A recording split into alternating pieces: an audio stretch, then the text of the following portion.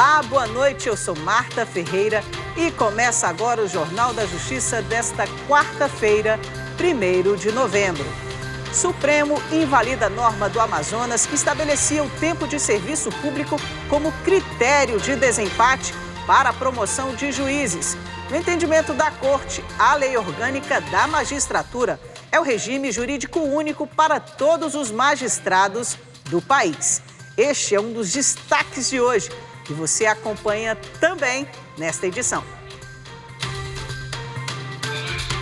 STF notifica deputado Eduardo Bolsonaro em queixa-crime após ter comparado professor a traficante.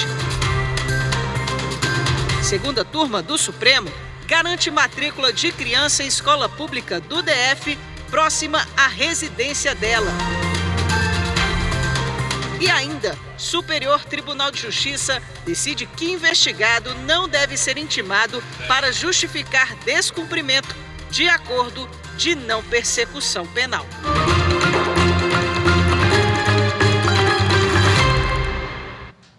A segunda turma do Supremo Tribunal Federal garantiu matrícula de uma menina numa escola pública perto de casa. Vamos saber os detalhes dessa decisão com a repórter Viviane Novaes. Na ação, a mãe da criança afirma que pediu a vaga para a filha de 11 anos numa escola pública perto de casa em Samambaia. Isso ocorreu em dezembro de 2019. Mas a Secretaria de Educação do Distrito Federal alegou que não tinha vaga. A mãe acionou a Defensoria Pública e entrou na Justiça, alegando que não tinha condições de pagar pelo transporte para a escola onde a matrícula foi disponibilizada. Na primeira e na segunda instância, o pedido foi negado. Para o Tribunal de Justiça do Distrito Federal, a transferência da criança deveria seguir uma lista de espera. Então, a Defensoria e o Ministério Público entraram com recurso aqui no Supremo Tribunal Federal. O relator do caso, o ministro Ricardo Lewandowski, hoje aposentado, decidiu que a educação é direito fundamental. E por isso o governo deveria aumentar a oferta de vagas para os alunos estudarem próximo de casa.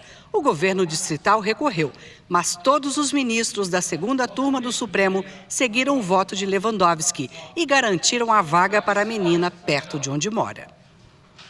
Tempo no serviço público como critério para a promoção de juízes do estado do Amazonas é inválido. A decisão é do Supremo Tribunal Federal. No entendimento da Corte, a Lei Orgânica da Magistratura é o regime jurídico único para todos os magistrados do país. Vamos ver mais detalhes na reportagem que eu fiz mais cedo. A discussão chegou ao Supremo porque a Procuradoria-Geral da República questionou dispositivos de uma lei do estado do Amazonas de 1997. A norma fixava critérios para o ingresso na carreira de juiz de direito, para aferição da antiguidade de magistrados ou para permutas. A PGR alega que a fixação desses critérios sem respaldo na Lei Orgânica da Magistratura Nacional, a LOMAN, é inconstitucional. O processo foi levado a julgamento em sessão no plenário virtual. Por unanimidade, a Corte decidiu que a norma é inconstitucional, seguindo o voto do relator, o ministro Nunes Marques. Ele destacou que a Constituição Federal prevê tratamento uniforme do regime funcional da magistratura, a partir de lei complementar de caráter nacional. E seguindo a jurisprudência do STF, até que essa lei seja editada, o Estatuto da Magistratura é regulado pela LOMAN. Nunes Marques lembrou ainda que o Supremo tem declarado inconstitucionais normas estaduais que criam disciplina em desacordo com as regras da LOMAN. O ministro observou que a Lei Complementar do Amazonas inovou na matéria ao fixar como critério o maior tempo de serviço público, em caso de empate na antiguidade, quando a LOMAN estabelece a precedência do juiz mais antigo na carreira. O relator ressaltou também que não é possível adotar critério não relacionado ao desempenho da função jurisdicional para aferir a antiguidade do magistrado na promoção na carreira. E o ministro Nunes Marques do Supremo abriu prazo de 15 dias para que o deputado federal Eduardo Bolsonaro responda, se quiser, às acusações sobre o suposto cometimento dos crimes de calúnia e difamação. Em discurso feito em Brasília, o parlamentar comparou professores a traficantes de drogas. As informações com Ana Paula Starling. A decisão do ministro Nunes Marques foi tomada na queixa-crime apresentada pela deputada professora Luciene Cavalcante, do PSOL de São Paulo. No dia 9 de julho, em discurso em frente ao Congresso Nacional, num ato em favor da flexibilização do porte e da posse de armas, Eduardo Bolsonaro comparou professores a traficantes de drogas. Não tem diferença de um professor doutrinador para um traficante de drogas que tenta sequestrar e levar os nossos filhos para o mundo do crime. No mesmo despacho, o ministro Nunes Marques acolheu o pedido do Ministério Público Federal para que as peças de outras duas petições sobre o mesmo fato sejam anexadas à queixa-crime apresentada pela deputada, de modo a unificar a análise dos fatos. O Tribunal Superior Eleitoral tornou Jair Bolsonaro e Braga Neto, ambos do PL, inelegíveis por abuso de poder no bicentenário da independência, comemorado no ano passado. A repórter Carolina Chaves tem detalhes. Por 5-2, o plenário do TSE entendeu que os candidatos à presidência e vice-presidência da República, Jair Bolsonaro e Walter Braga Neto, respectivamente, cometeram abuso de poder político e econômico durante as comemorações do bicentenário da independência, realizadas no dia 7 de setembro no Rio de Janeiro e em Brasília. Além de determinar a inelegibilidade por 8 anos, a maioria dos ministros também reconheceu que os candidatos praticaram conduta vedada a agente público e determinaram que Bolsonaro deve pagar mais de R$ 425 mil de multa e Braga Neto pouco mais de R$ 212 mil. O relator é o ministro Benedito Gonçalves. Na ocasião, o lugar reservado ao segundo investigado foi ao lado do então vice-presidente da República, cargo que disputava e que pretendia ocupar. Mais uma vez, confunde-se o institucional e o eleitoral para comunicar a mensagem de continuidade que os investigados queriam transmitir. De acordo com os autores dos pedidos, Bolsonaro e Braga Neto teriam usado a comemoração de 7 de setembro de 2022 para fazer campanha para a reeleição à presidência da República, o que é proibido. Alegam ainda que os candidatos usaram recursos públicos para impulsionar a campanha, desequilibrando o pleito em benefício próprio. Para o presidente do TSE, ministro Alexandre de Moraes, há provas suficientes de que houve uso indevido da máquina pública para a campanha eleitoral. No dia seguinte, ou seja, no dia 8 de setembro, o segundo investigado, Braga Neto, candidato a vice-presidente da República, afirmou que o público presente no Rio de Janeiro, em São Paulo, em Brasília, demonstraram a força que Bolsonaro tem e terá nas urnas e também apostou em uma eventual vitória no primeiro turno. Falou sobre as pesquisas eleitorais que estavam erradas, que haveria fraude e não citou um segundo nada em relação ao bicentenário. Ou seja, campanha, campanha e mais campanha. A seguir, STJ decide que investigado não deve ser intimado para justificar descumprimento do acordo de não persecução penal. Voltamos já.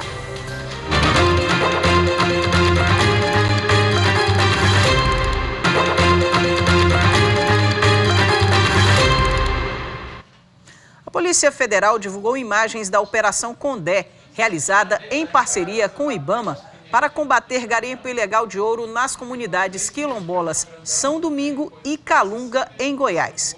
As informações com Carolina Chaves. Os agentes monitoraram áreas que fazem parte dos municípios de Cavalcante, Teresina de Goiás e Monte Alegre, em Goiás.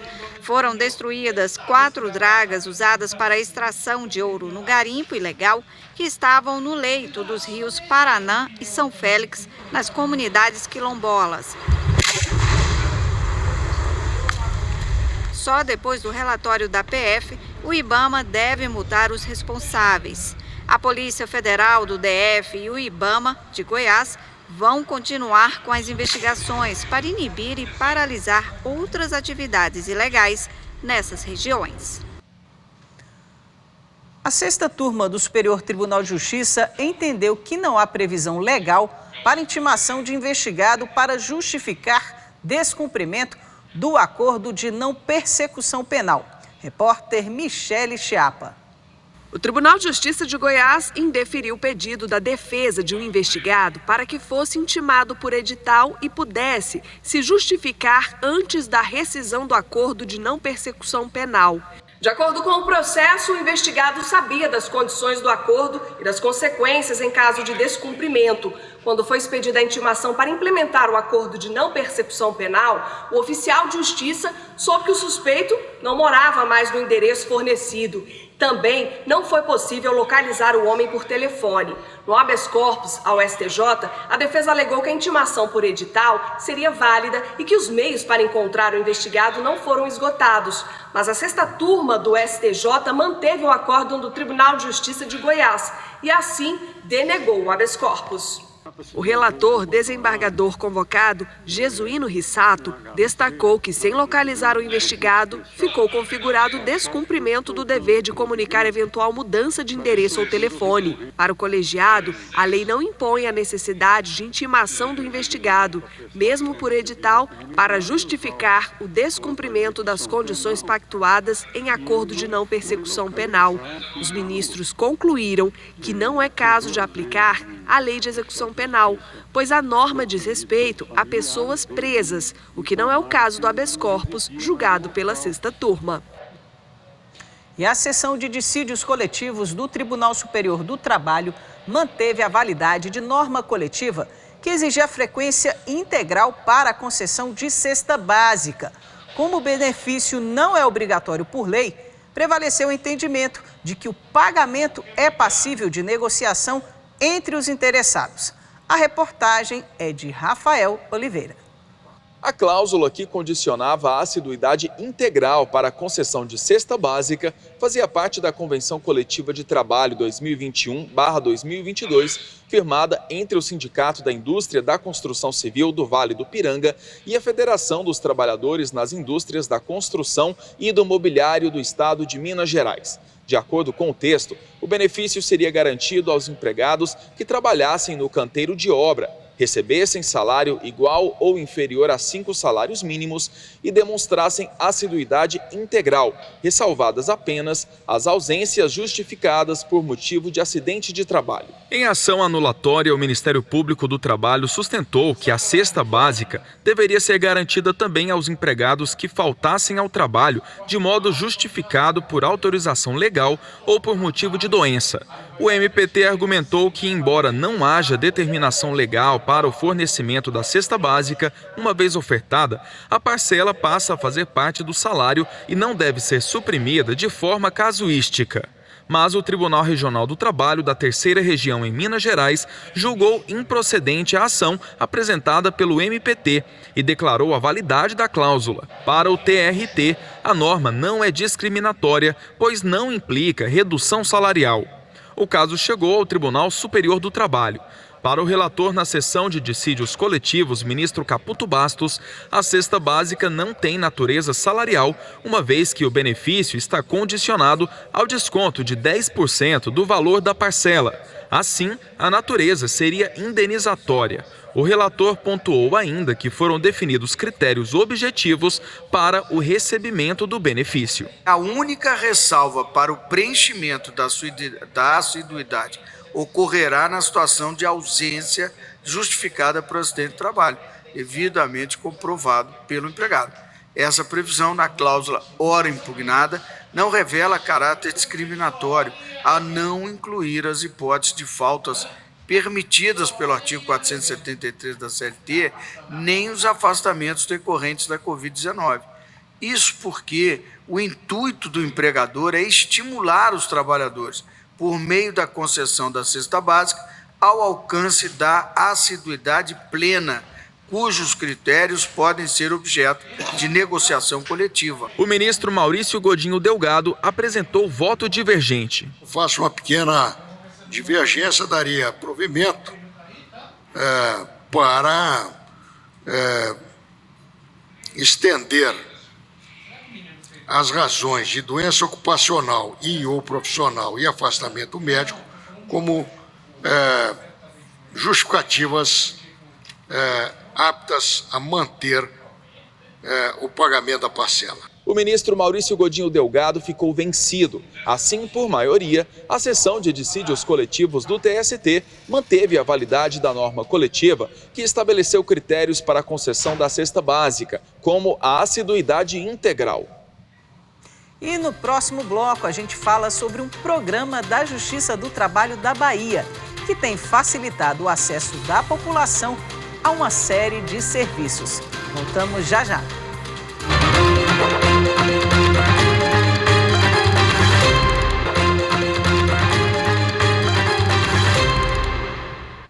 O serviço de atendimento aos cidadãos chamado Saque Trabalhista do TRT baiano acaba de chegar ao município de Alagoinhas. Com isso, a população da região passa a contar com uma assistência ampliada a uma série de serviços. A reportagem é de Carolina Vasco. Instalado no Fórum Raimundo Figueiroa, a unidade é voltada para atender a trabalhadores e empregadores com processos na Justiça do Trabalho na Bahia. Para mim, pessoalmente, uma alegria muito grande, porque eu digo que o projeto do Saque Trabalhista é a menina dos meus olhos, no sentido de que traz um trabalho, do ponto de vista de repercussão para a sociedade baiana, extremamente positiva e que mostra uma atuação também mais do que reconhecida pela sociedade da Justiça do Trabalho da Bahia, TRT5. Bom, aqui a gente recebe uma grande demanda dos trabalhadores na Petrobras e suas subsidiárias e também ligados à cervejaria, né, que é o forte da cidade. Com certeza vai ser de muita importância porque vai facilitar para os empregados, né? Mais de 5.000 pessoas já foram atendidas no primeiro saque trabalhista do país, inaugurado no ano passado em Salvador. A ideia de interiorização do serviço começou em Camaçari e agora é a vez de Alagoinhas.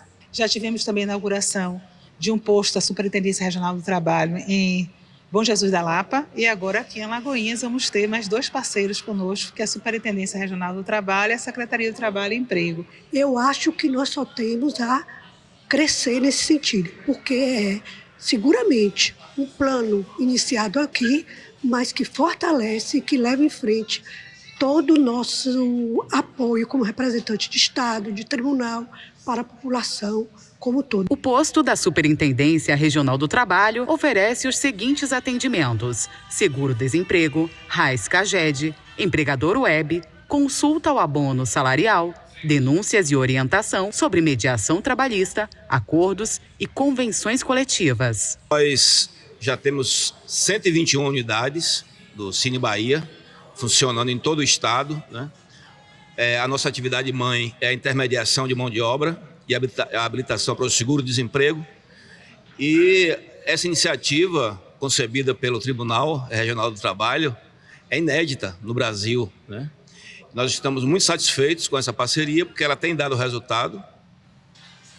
Mais de 170 estudantes aprenderam um pouco sobre o acesso à justiça.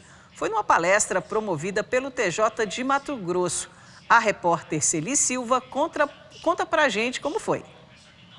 Bullying, racismo, homofobia, importunação sexual, ofensas na internet.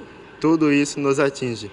Mas a justiça está aqui para garantir os nossos direitos. É assim, etapa por etapa, que o Tribunal de Justiça de Mato Grosso, por meio do projeto Nosso Judiciário, já levou para quase 30.000 estudantes de 128 escolas públicas a conscientização sobre direitos e deveres, funcionamento da justiça estadual e como acessá-la, entre outros temas ligados ao cotidiano dos jovens.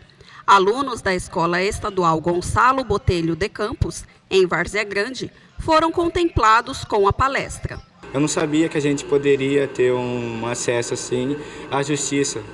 Para mim, sempre tinha que pagar. Eu vou falar com meu pai, falar com minha mãe, ou até com meus avós mesmo. para nos conscientizar sobre o que a gente pode ou não fazer, o que a gente pode correr atrás, que é um direito nosso. Além da palestra, o Poder Judiciário disponibiliza para os estudantes uma cartilha, que será utilizada como material didático em outras atividades pedagógicas, segundo a diretora da unidade escolar. A gente também pensa em utilizar o material para fazer outros trabalhos na escola, para levar para casa, para fazer um mural, vai ter reunião de pais.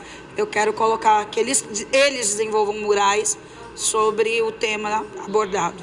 A gente fala, né, a questão do bullying, do cyberbullying, que é o que mais acomete nas escolas, e a gente sempre diz que é crime, mas é diferente quando vem o Poder Judiciário falar isso para eles, porque, querendo ou não, já existe uma inibição, porque parece que quando é o professor falando, não tem veracidade. E assim ficou bem claro, eles estavam tudo comentando, gente, eles falam a verdade mesmo. E isso foi muito legal, já existe um aprendizado aí. O projeto Rio Grande Te Escuta foi apresentado no Palácio da Justiça, em Porto Alegre. O objetivo é integrar todas as ouvidorias de órgãos públicos do Estado. Repórter Matheus Beck. Além da presidente do TJRS, desembargadora Iris Helena Medeiros Nogueira, e o governador Eduardo Leite, o auditório Oswaldo Stefanello recebeu integrantes das ouvidorias de 14 órgãos de Estado ou autônomos. Todos os canais de comunicação dessas instituições buscaram a integração para oferecer um atendimento mais acessível e humanizado aos cidadãos.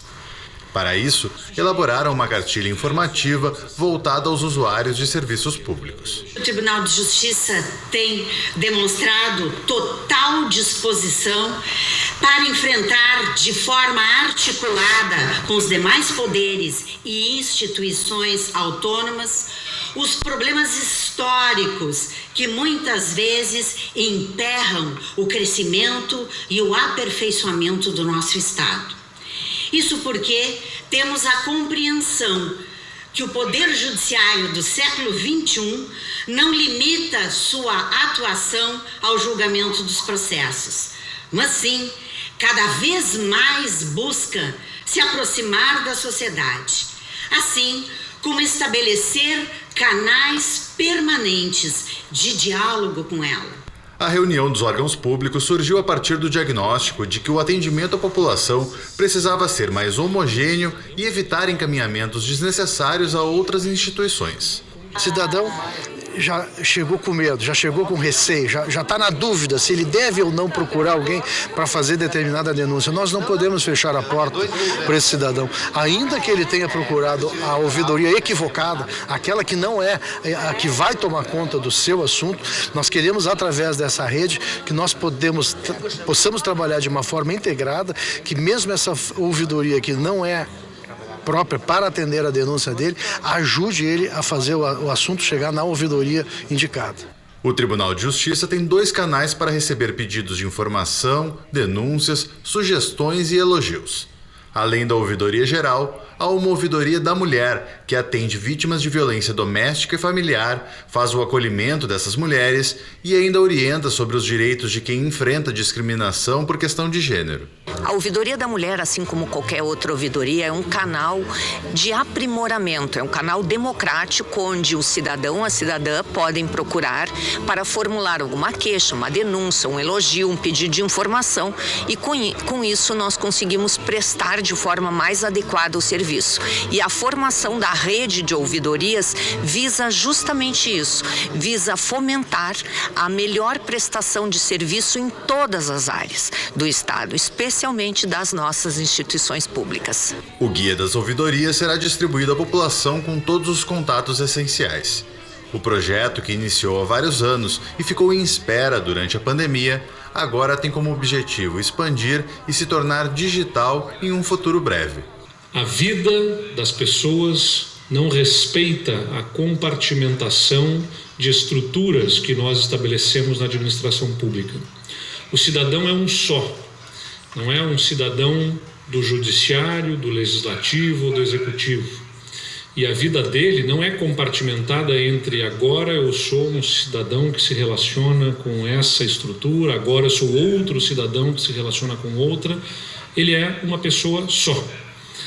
E, portanto, nós precisamos trabalhar para atender a esse cidadão, integrando os nossos esforços em tudo que for possível, e não o contrário, e não o cidadão ter que se desdobrar para poder se socorrer nas estruturas da administração pública. O Jornal da Justiça fica por aqui. Uma ótima noite para você e tenha um excelente feriado.